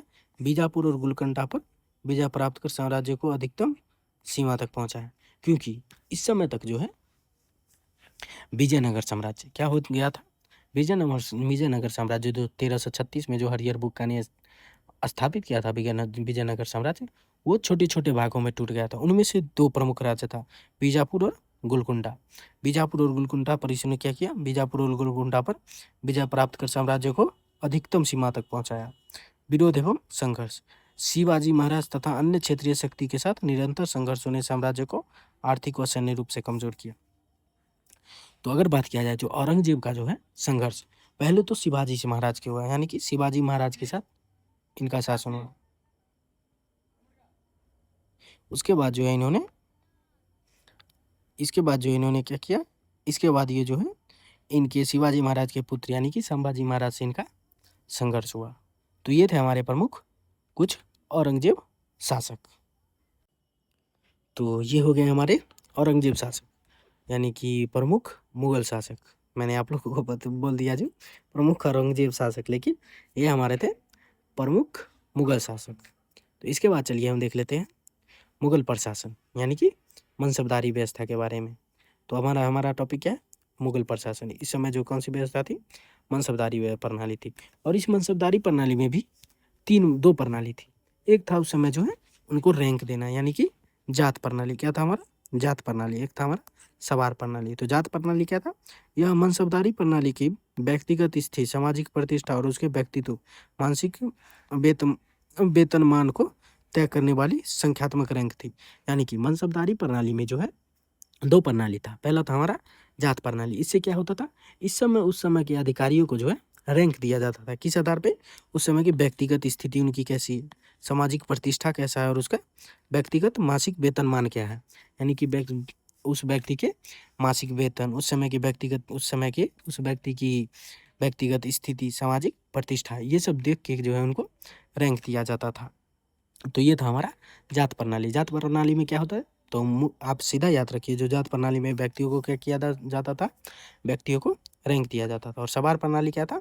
सवार प्रणाली था यह मनसबदार द्वारा रखे जाने वाले घुड़सवार और लड़ाकू घोड़ों की वास्तविक संख्या को इंगित करती थी, जो सेना में उसकी उपयोगिता को दर्शाती थी। तो एक हो गया हमारा मनसबदारी प्रणाली में, हो गया एक जात प्रणाली जो क्या करता था? व्यक्ति को रैंक देता था। और सवार प्रणाली क्या था? उस समय जो है मनसबदारी अधिकारी जो थे उनके घोड़ों की संख्या को बताता था, जो उनके पास घुड़सवार कितने थे और लड़ाकू घोड़ों की वास्तविक संख्या क्या थी, इसको इंगित करने के लिए जो है सवार प्रणाली का इस्तेमाल किया जाता था। और उसके बाद जो इनको भुगतान व स्वरूप क्या था, भुगतान इसका कैसे होता था? तो वेतन का भुगतान या तो नगद रूप में किया जाता था या राजस्व संग्रहण करने हेतु भूमि अनुदान यानी कि जागीर प्रणाली के रूप में प्रदान किया जाता था। जिस प्रकार जो है हमारा गुप्तोत्तर काल में जो है अधिकारी को जो है भूमि दे दिया जाता था, उससे जो अपना कर वसूल करके जो वो अपना साम्राज्य, यानी कि गुप्तोत्तर काल में जिस प्रकार से अधिकारी को भूमि दिया जाता था और अधिकारी जो उस भूमि पे जो है कर उगाही करके अपना सेना रखता था, उसी प्रकार या क्या होता था मुगल प्रशासन में? व्यक्ति को या तो नगद वेतन दिया जाता था या जागीर दे दिया जाता। जागीर मतलब कुछ जमीन का हिस्सा दे दिया जाता था। तो ये थे हमारा मनसबदारी प्रणाली के बारे में। मनसबदारी प्रणाली में कितना चीज? दो प्रणाली था। पहला था हमारा जात प्रणाली जिसमें क्या होता था? रैंक दिया जाता। दूसरा था हमारा सवार प्रणाली जिसमें घुड़सवार और घोड़ों की संख्या को क्या किया जाता था? गिना जाता था। उसके बाद उनका भुगतान व स्वरूप कैसा था? तो भुगतान या तो नगद होता था या जागीर के रूप में होता था। और ये जो मुगल प्रशासन में मनसबदारी प्रणाली थी यह वंशानुगत नहीं थी। जिस प्रकार से हमारा गुप्तोत्तर काल में जो था वो हमारा प्रणाली जो था, गुप्तोत्तर काल में जो था हमारा वो हमारा वंशानुगत था। लेकिन यहाँ जो था वंशानुगत नहीं था, ये नियुक्ति सम्राट स्वयं करता था। और अकबर द्वारा जो है 1571 ईस्वी में सुदृढ़ सैन्य प्रशासन हेतु इसकी शुरुआत की गई थी। अगर बात किया जाए मनसबदारी प्रणाली किसने शुरू की थी, तो मैंने आप लोगों को ऊपर भी बताया था, जो मनसबदारी प्रणाली जो शुरू किए थे वो थे अकबर। और अकबर ने कब शुरू किया? 1571 में। और क्यों शुरू किया?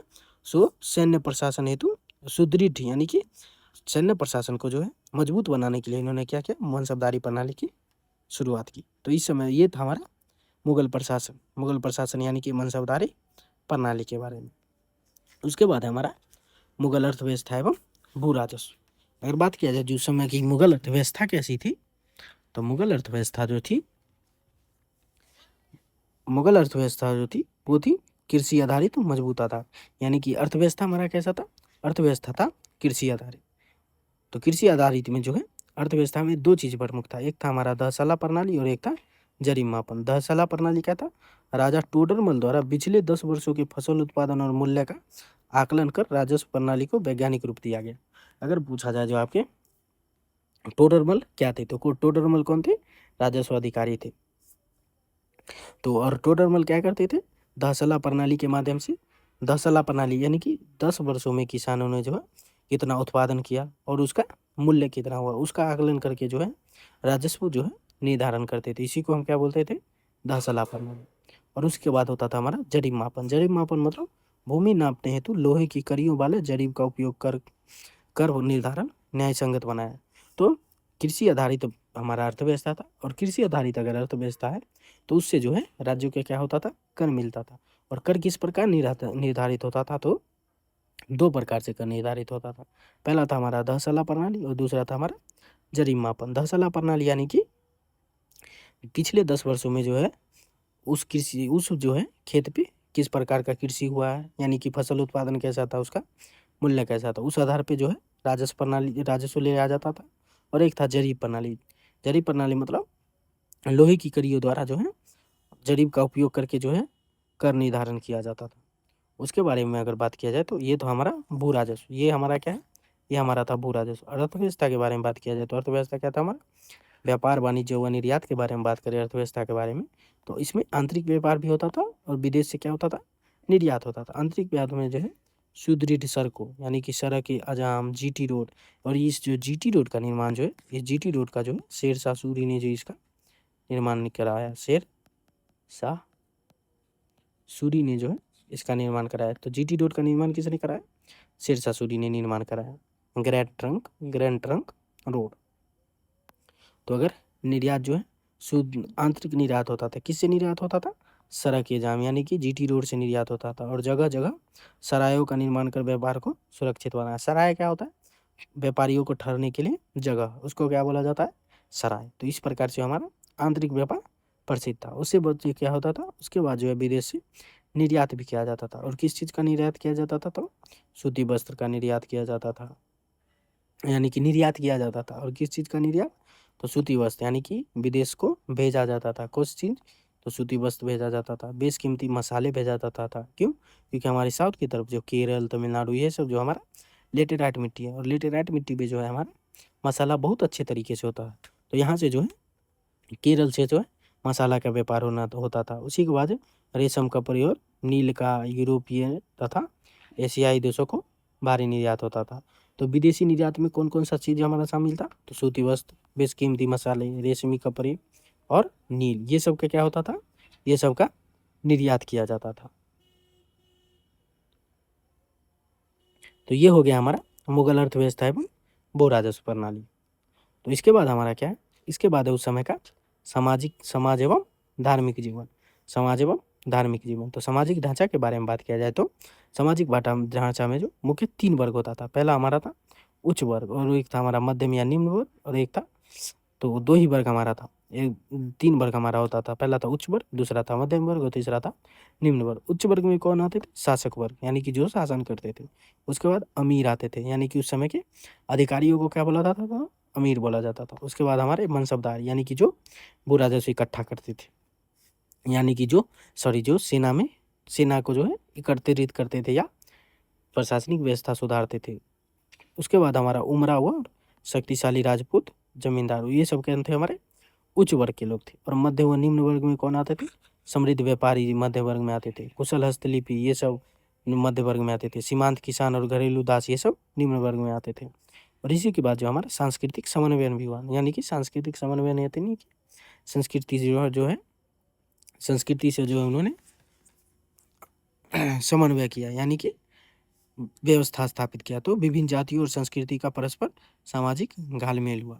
तो इस समय ये जो था हमारा सामाजिक ढांचा था उस समय का, किस समय का, तो हमारा मुगल काल का। अगर धार्मिक सहिष्णुता व भक्ति व सूफी काल के बारे में बात किया जाए तो सहिष्णु नीति, अकबर द्वारा इबादत खाना की चर्चाओं में उपजी धार्मिक उदारता, यानी कि मैंने आप लोगों को बताया था जो अकबर जो है एक कमरे में जो है सभी धर्म के जो है प्रमुख को बुलाते थे और उनसे चर्चा करते थे। और उसमें कौन सा हमारा धर्म था, पहला हमारा जो है उसको क्या बोला जाता था, उस कमरा को इबादत खाना बोला जाता था। और यही हमारा क्या था, अकबर की सहिष्णु नीति थी। और सूफी सिलसिला के बारे में बात किया जाए तो मैंने आप लोगों को बताया कि सूफी और भक्ति आंदोलन में सभी व्यक्ति के साथ समान व्यवहार किया जाता था। तो चिश्ती सिलसिले के संत का सामाजिक समरसता पर विशेष प्रभाव पड़ा, और भक्ति संतों का प्रभाव भी पड़ा, जैसे कबीर, गुरु नानक और तुलसी देव के विचारों से आम जनमानस में भक्ति प्रचार हुआ। तो इस समय का जो है सामाजिक एवं धार्मिक जीवन कुछ इस प्रकार का था। तो अब हमारा चलिए देख लेते हैं कला एवं स्थापत्य के बारे में, मुगल कला एवं स्थापत्य के बारे में।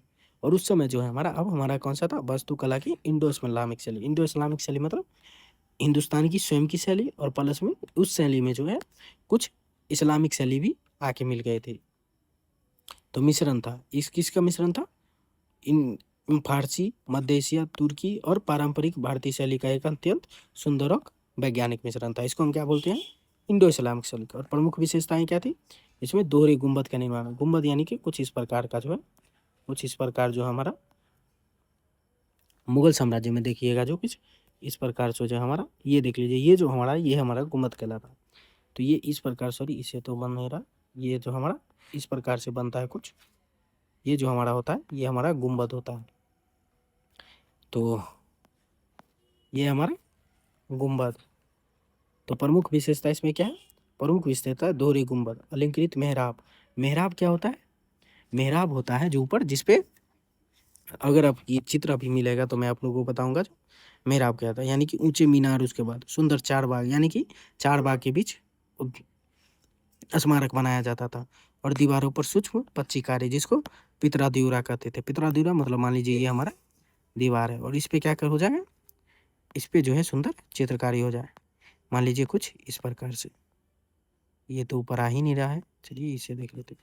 ये कुछ पर इस प्रकार से इस पे दीवार पे चिप दे, इसी को हम क्या बोलेंगे, पितरादिउरा। पितरा यानी कि दीवार पे जो है सूक्ष्म पच्चीकारी, यानी कि दीवारों पे जो है बहुत छोटे छोटे चीज को चिपकाना, ये हमारा क्या कहलाता है, पितरादिउरा। और उसके बाद जो है अगर बात किया जाए जो इसमें किस पदार्थ का उपयोग किया है, तो अकबर के काल में जो है, अकबर के काल में मुख्य रूप से लाल बलुआ पत्थर का प्रयोग है, जबकि शाहजहाँ के काल में श्वेत संगमरमर का प्रयोग है। तो अकबर के काल में किस चीज का प्रयोग हुआ, तो लाल बलुआ पत्थर का, और शाहजहाँ के काल में श्वेत संगमरमर का प्रयोग हुआ।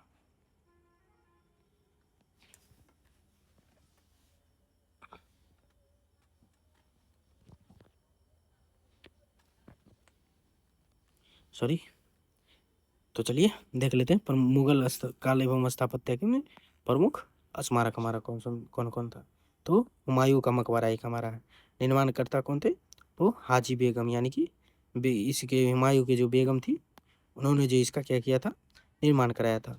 और प्रमुख वास्तुकला विशेषता इसमें क्या, भारत का प्रथम दोहरे गुंबद वाला उद्यान मकबरा, जो ताज का पुरोगामी माना जाता है। यानी कि हुमायूं का मकबरा जो है उसको ताजमहल का पूर्वगामी, यानी कि ऐसा बोला जाता है, ताजमहल से पहले हमारा जो ताजमहल था वो था हुमायूं का मकबरा। और उसका निर्माण किसने कराया, तो हाजी बेगम ने कराया।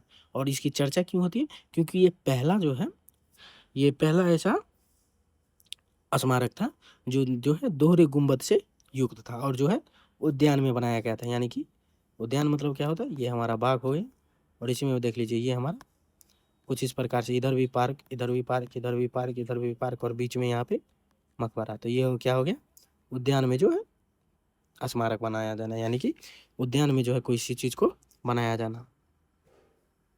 तो ये क्या था, हमारा उद्यान मार्ग था, उद्यान मकबरा था। यानी कि पहला उद्यान मकबरा जो दोहरे गुंबद से युक्त था वो हमारा क्या था, हुमायूं का मकबरा। और इसको बनवाया किसने था, हाजी बेगम ने।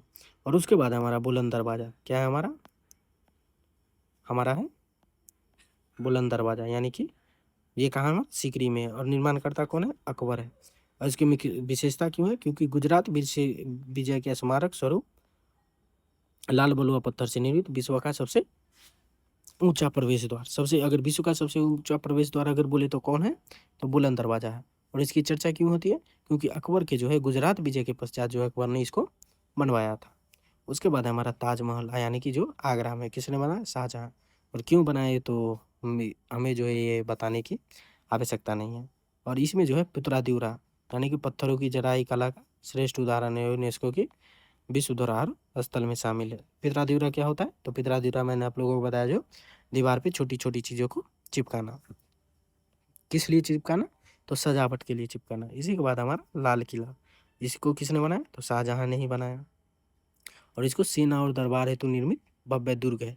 दीवान ए खास में प्रसिद्ध मयूर सिंहासन था, यानी कि तख्ते ताउस था। कहाँ था, अगर पूछे तख्ते ताउस हमारा कहाँ है, तो लाल किला में है। और दीवान ए खास में कहाँ है हमारा, तो लाल किला में है। और दीवाने आम कहाँ है हमारा, तो वो भी लाल किला में। और सेना और बातें अगर पूछा जाए, जो दीवान लाल किला का निर्माण किसने कराया, तो शाहजहां। और लाल किला बनाया किस लिए गया था, तो सेना और दरबार हेतु जो है बनाया गया था। उसके बाद हमारा जामा मस्जिद, और यही जो ये जो फिर हमारा शाहजहां ने बनाया। और यो जो है इस समय की वास्तुकला विशेषता क्या है इसकी, जामा मस्जिद की ये, तो ये लाल बलुआ पत्थर और संगमरमर की पट्टियों से निर्मित तीन गुंबदों वाली भव्य मस्जिद है। कौन, तो जामा मस्जिद क्या है, लाल पत्थर और संगमरमर की पट्टियों से निर्मित तीन गुंबदों वाली क्या है, भव्य मंदिर है। तो ये था हमारा कुछ उस समय कुछ मुगल कला का है, एक मुगल कला का स्थापत्य जो था उसका कुछ प्रमुख स्मारक। उसके बारे में अगर बात किया जाए तो चित्रकला, मुगल चित्रकला कला का चरमोत्कर्ष और किसके काल में हुआ, तो हुमायूं के काल में। तो आरंभ कहाँ हुआ, हुमायूं अपने साथ फारस में दो प्रसिद्ध चित्रकारों, यानी कि मीर सैयद अली और अब्दुल समद को भारत लाया था। हुमायूं जो अपने साथ 2 प्रमुख जो है चित्रकारों को भारत लाए थे। इसमें हमारे कौन थे? मीर सैयद अली थे और एक अब्दुल समद थे। इन दोनों को जो है हुमायूं अपने साथ भारत लाए थे। अगर बात किया अकबर-कालीन प्रगति में, जो अकबर के काल में जो है चित्रकला में क्या प्रगति हुई, तो इन्होंने दसवंत, बसावन और मुकुंद जैसे महान भारतीय चित्रकारों को राजकीय संरक्षण दिया। इन्होंने तो है कोई व्यक्ति को बाहर से तो नहीं लाए, लेकिन भारत में जो चित्रकार थे अकबर ने उनको संरक्षण दिया। अगर अकबर ने जिनको संरक्षण दिया उसमें हमारे 2-3 कौन थे? दसवंत थे, बसावन थे और मुकुंद थे। अगर बात किया जाए तो जहांगीर का स्वर्णकाल, तो जैसे मैंने आप लोगों को बताया, तो जहांगीर के काल में जो है, जहांगीर को क्या बोला जाता है? चित्रकला का पारखी बोला जाता है। तो जहांगीर के काल में प्राकृतिक चित्रण, पक्षियों के चित्र, उस्ताद मंसूर और व्यक्तिगत चित्र, पोर्ट्रेट अत्यंत सजीव बनाए गए। यानी कि जहांगीर के काल में जो है भिन्न भिन्न प्रकार के चित्र बनाए गए, जिसमें हमारे पहला था प्राकृतिक चित्रण, यानी कि प्रकृति को चित्र में उतारना। उसी प्रकार हमारा था पक्षियों का चित्र, पक्षियों को चित्र में उतारना, जिसको बनाया था उस्ताद मंसूर ने, उस्ताद मंसूर जिसको बोला जाता है। और एक था हमारा व्यक्तिगत चित्र, जिसको पोर्ट्रेट बोला जाता है, यानी कि अपना चित्र बनाना। जैसे ये देख लीजिए, जैसे ये हमारे शासक हो गए। कौन से शासक हो गए? ये हमारे हो गए जहांगीर। और जहांगीर ने जो है अपना व्यक्तिगत चित्र बनवाया। इसको क्या बोला जाता है? इसको पोर्ट्रेट बोला जाता है। किसका पोर्ट्रेट बोला जाएगा? तो जहांगीर का पोर्ट्रेट बोला जाता है। तो ये क्या है? हमारा व्यक्तिगत चित्र। और व्यक्तिगत चित्र को ही हमारा क्या बोला जाता है? पोर्ट्रेट। और तो जहांगीर के काल में जो पोर्ट्रेट भी बहुत फेमस हुआ। और मुख्य विशेषता के बारे में बात किया जाए तो ये कौन थे? दरबारी वैभव, शिकार के दृश्य, यानी कि दरबार का चित्र प्रमुख है। उसी के बाद शिकार, यानी कि राजा को शिकार करते हुए दिखाया गया दृश्य है। ऐतिहासिक गाथाएं तथा फारसी व भारतीय चित्रकला शैलियों का जीवंत समन्वय ये सब में दिखता है। किसमें? मुगल चित्रकला में जो है ऐतिहासिक गाथा, यानी कि बहुत पुरानी गाथाएं थी। जैसे फारसी व भारतीय चित्रकला का शैलियों का क्या होता है? उसमें जीवंत समन्वय, यानी कि ऐसा दिखाया गया है जैसे लगता है वो जीवित है। अगर उसके बाद बात किया जाए तो मुगल काल में साहित्य हमारा क्या है? तो मुगल काल में साहित्य व भाषा, तो साहित्य में ही हमारा प्रमुख क्या आता है? साहित्य में हमारा प्रमुख आता है शासक द्वारा लिखा गया अपना जीवनी, या किसी और व्यक्ति द्वारा लिखा गया, सॉरी, शासक द्वारा लिखा गया आत्मकथा, या किसी और व्यक्ति द्वारा लिखा गया शासक का जीवनी। तो इसमें हमारे महान साहित्यकार में पहले हमारे बाबर। कौन है हमारे? पहले हमारे बाबर। इसने क्या लिखा था? इन्होंने तुजु के बाबरी लिखा। और इसी का एक भाग हमारा क्या है? बाबरनामा है। और इसका मूल भाषा क्या है? चगताई तुर्की। अगर बात किया जाए जो बाबरनामा का जो है भाषा क्या है? तो तुर्की भाषा। अगर साहित्यिक विषय व विवरण के बारे में बात किया जाए तो यह क्या है? बाबर की आत्मकथा है, जिसने भारत की प्रकृति और राजनीतिक दशा का वर्णन है। जिसमें क्या है? भारत की प्रकृति व राजनीतिक दशा का वर्णन किया गया है। उसके बाद है हमारे अबू फजल। अबू फजल ने क्या लिखा? अबू फजल ने अकबर का जो है आत्मकथा लिखा, यानी कि अकबर का जो है जीवनी लिखा, जिसको बोला जाता है अकबरनामा या आईने अकबरी। ये कौन सी भाषा में हमारा? तो ये फारसी भाषा में। और इसके बारे में क्या बोला जाता है? ये हमारा अकबरनामा है क्या? तो अकबरनामा जो है अकबर के शासन का विस्तृत इतिहास है और प्रशासनिक नियम और आखिरी को बताया गया है। तो अकबरनामा में क्या हमारा सम्मिलित है? तो अकबरनामा में जो है अकबर के शासन का पूरा इतिहास उसमें बताया गया है। उसके बाद जो है प्रशासनिक नियम, अकबर किस प्रकार से जो है प्रशासन व्यवस्था बनाए रखता था, उसके नियम और कुछ आंकड़े को उसमें दर्शाया गया है। उसी के बाद है हमारा बदायूनी, एक साहित्यकार। इसने की प्रमुख जो है साहित्यिक कृति कौन है? तो मुतखबुल तवारिख। इसकी भाषा क्या है? फारसी। और मुतखब उल तवारिख जी की जो है साहित्यिक विषय हुआ विवरण क्या है हमारा? जो इसके बारे में चर्चा क्यों होता है? क्योंकि ये क्या है? अकबर की धार्मिक नीतियों की आलोचना समीक्षा करने वाला ग्रंथ। अकबर की क्या है? अकबर की धार्मिक नीतियों की आलोचनात्मक समीक्षा करने वाला ग्रंथ है। कौन? मुतखबुल तवारिख। और लिखा किसने? बदायूनी ने लिखा। उसके बाद है हमारे तुलसीदास। और इसने क्या लिखा? रामचरितमानस। और ये कौन सी भाषा में? अवधी, यानी कि हिंदी का ही एक रूप है अवधी। तो ये हमारे अवधी भाषा में लिखा गया है। और ये क्या है? क्या तो समकालीन लोक भाषा अवधी में रचित मर्यादा पुरुषोत्तम राम की पावन कथा। तो रामचरितमानस क्या है? राम की कथा है। और किसने लिखा? तुलसी ने। और किस भाषा में? अवधी भाषा में। उसी के बाद है हमारे साहित्यकार है फैजी, और उन्होंने लिखा नल दमयंती। ये क्या है? अनुवाद है। और इसका जो है मूल भाषा क्या है? फारसी। और इसके जो ये क्या है, एक ये नल दमयंती जो है फारसी भाषा की क्या है, फारसी भाषा के एक पुस्तक है, नाम याद नहीं आ रहा है उसका, क्या है ये अनुवाद है, दल शायद नल दमयंती ही है उनका भी नाम, तो उसका क्या है ये अनुवाद है। और इसके के बारे में क्या बोला जाए, ये है क्या, तो प्रशासनिक संस्कृत प्रेम कथा का फारसी भाषा में सुंदर अनुवाद है। और इस काल में जो है फारसी साम्राज्य की आधिकारिक भाषा थी। इस काल में जो है फारसी क्या थी, साम्राज्य की आधिकारिक भाषा थी, जबकि उर्दू, अवधी व ब्रज भाषा जैसी प्रांतीय लोक भाषाओं का भी प्रचुर विकास हुआ। तो ये था हमारा कुछ मुगल काल में साहित्य। साहित्य में हमारे कौन है, साहित्यकार प्रमुख है बाबर, अबुल फजक, बदायूनी, तुलसीदास और फैजी। तो आप इसके जो है पर साहित्यिक कृति के बारे में और मूल भाषा क्या है उसके बारे में और उसकी चर्चा क्यों होती है उसके बारे में याद रखिएगा। और उस समय हमारा भाषा कौन सा था, तो मुगल साम्राज्य की मूल भाषा क्या थी, यानी कि राज्य भाषा साम्राज्य की आधिकारिक राजभाषा थी फारसी। और उसी समय जो है उर्दू, अवधी और ब्रज भाषा क्या था, ये सब हमारा प्रांतीय भाषा था। तो ये तो हो गया हमारा मुगल काल का साहित्य के बारे में। तो इसके बाद चलिए देखते हैं, इतना सब होने के बाद जो है हमारा मुगल साम्राज्य पतन क्यों हुआ। तो मुगल साम्राज्य के पतन के कारण देख लेते हैं।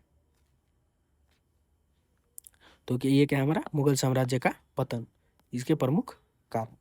तो उस समय का प्रमुख कारण था औरंगजेब की नीति। तो मैंने जब से आप लोगों को बताया, जो औरंगजेब की कुछ ऐसी नीति थी जिस कारण से जो है भारतीय लोग नाखुश थे और उस समय के जो है शासक भी नाखुश थे।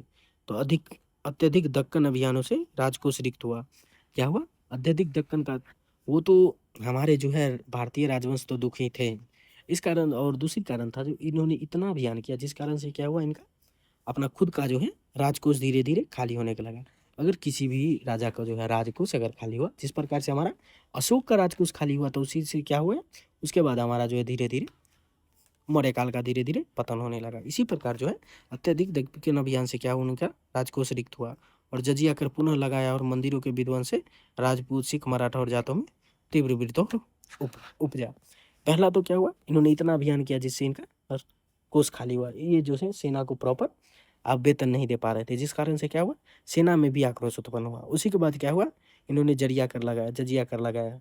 फिर उन्होंने क्या किया, मंदिर को जो है तोड़ने लगे और जिससे क्या हुआ, राजपूत हो गए, सिख हो गए, मराठा, ये सब जाटों ने क्या किया, विरोध किया और धीरे धीरे क्या होगा, औरंगजेब जैसे ही हारे उसके बाद ये सभी छोटे छोटे राज्य जो है इन पे मुगल साम्राज्य पे हावी होने लगे। जैसे ही हावी होने लगे, ये मुगल साम्राज्य जो है केवल दिल्ली तक सिमट कर रह गई थी, जिस कारण से क्या हुआ, मुगल साम्राज्य का पतन जो है शुरू हो गया। उसके बाद अयोग्य उत्तराधिकारी। तो औरंगजेब के बाद तो औरंगजेब की कुछ नीतियां तो थी जिस कारण से उस समय के जो छोटे छोटे राज्य थे वो दिल्ली पे आक्रामक हो गए।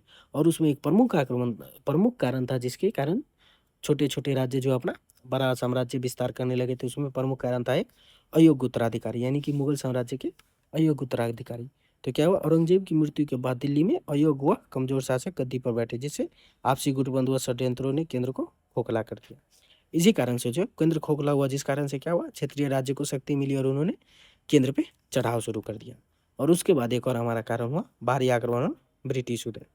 इसी काल में जो है जहांगीर के काल में ही ब्रिटिश व्यापारी जो धीरे अपना व्यापार क्या जो है अनुमति लेके गए और धीरे धीरे ये क्या हो गए, अपना भारत में साम्राज्य उन्होंने स्थापित किया और धीरे धीरे क्या हुआ, इन्होंने जो है अपना फैक्ट्री तो स्थापित किया और धीरे धीरे ये कंपनी जो है राजनीतिक शक्ति के रूप में उदय होने लगी। और बाहरी आक्रमणों ने भी ये बता दिया जो दिल्ली का सत्ता जो है वो खोखली पड़ चुकी है, जिससे क्या हुआ, ब्रिटिश और आक्रामक हुए और कुछ जो क्षेत्रीय राज्य थे वो और भी आक्रामक हुए। तो 1739 में नादिर शाह के आक्रमण ने दिल्ली को लूटा, कोहिनूर ले गया और कमजोर मुगलों को हराकर अंततः ब्रिटिश इंडिया कंपनी ने पूर्ण वर्चस्व को क्या किया, समाप्त किया था 1857 में। फिर 1857 में जो बहादुर शाह जफर था उनको जो है ब्रिटिश जो है पकड़ करके और रंगून जेल भेजते, जहाँ से जो है हमारा मुगल साम्राज्य जो है समाप्त हो जाता। तो ये हो गया हमारा मुगल साम्राज्य को उदय हुआ, किस प्रकार से वो चरमोत्कर्ष पर पहुंचा, किस प्रकार से उनका पतन हुआ, ये सब मैंने आप लोगों को एक ही लेक्चर में आप लोगों को समझा दिया। तो चलिए अब कुछ ऐसी चीज़ें देख लीजिए जो आपको मुख्य परीक्षा के लिए विशेष तथ्य ध्यान में रखने चाहिए। पहला जो है हमारा मुगल साम्राज्य की नींव कब रखी, तो 1556 में पानीपत के प्रथम युद्ध में। और अकबर के बारे में आप बहुत अच्छे तरीके से पढ़ लीजिए, उन्होंने मनसबदारी व्यवस्था, धन सलाह, राजस्व सुधार और धार्मिक नीति सुलह कुलह की नीति क्या किया, लागू किया। उसके बाद स्थापत्य और कला के बारे में बात जान लीजिए। और धीरे धीरे क्या हुआ, 1707 में क्या हुआ, औरंगजेब की मृत्यु के बाद धीरे धीरे क्या हुआ, जो मुगल काल का पतन होने लगा।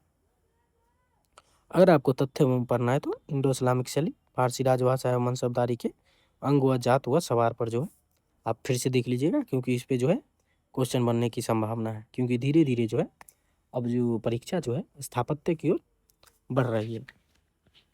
तो आप जो है केवल शासक के बारे में पढ़ के कुछ नहीं होने वाला, उस समय के स्थापत्य के बारे में पढ़िए। तो ये हो गया हमारे मुगल साम्राज्य। तो थैंक यू। आप लोग अगर लास्ट तक देखें तो मुबारक हो, आप लोगों ने एक बहुत बड़े चैप्टर को जो है एक ही वीडियो में समाप्त कर दिया है। इसके बाद आप PYQ लगा के देखिए। अगर आपको नहीं बन रहा है तो PYQ से जो है फिर आपको इसमें जो है टॉपिक ऐड ऑन कीजिए, और धीरे धीरे इसी प्रकार से जो आपका GK GS मजबूत होगा। क्योंकि 100% आप किसी भी टीचर से उम्मीद मत रखिए, जो कोई भी टीचर आपको 100% पढ़ा के देगा। आपका जो है ये परीक्षा है, ये किसके निर्भर, ये कोई भी टीचर नहीं बता सकता। जो आपके एग्जाम में यही आएगा। आप जो है PYQ को लगाइए, और उसके बाद जो है आपके अपने नोट्स में जो है उसको ऐड ऑन कीजिए। इस प्रकार से आपका जो है अपना नोट्स कुछ इस प्रकार बन जाएगा, तो आपको किसी भी टीचर्स का नोट लेने का ज़रूरत नहीं पड़ेगा। मैंने भी आप लोगों को इसी कारण से नोट्स नहीं दिया, क्योंकि आप लोग जो है वीडियो को रोक करके अपना नोट्स बनाइए। नोट्स बनाने से जो है, क्योंकि आजकल जो है सब चीज़ जो है AI का ज़माना आ चुका है। आप अगर खुद से नोट्स बनाइएगा तो आप लोगों को क्या होगा, अगर आप सेल्फ नोट्स बनाते हैं, सेल्फ नोट्स अगर आप बनाइएगा तो आप लोगों को जो है कुछ याद भी आएगा लिखते समय। धीरे धीरे ये आपके मेमोरी में बढ़ता चलेगा। तो चलिए, आशा करते हैं कि आप लोगों को ये वीडियो अच्छा लगा होगा। अगर अच्छा लगा होगा तो वीडियो को लाइक कर दीजिए, और दोस्तों में अपने शेयर भी कर लीजिए, और अपना ही चैनल है तो इसको सब्सक्राइब भी कर दीजिएगा।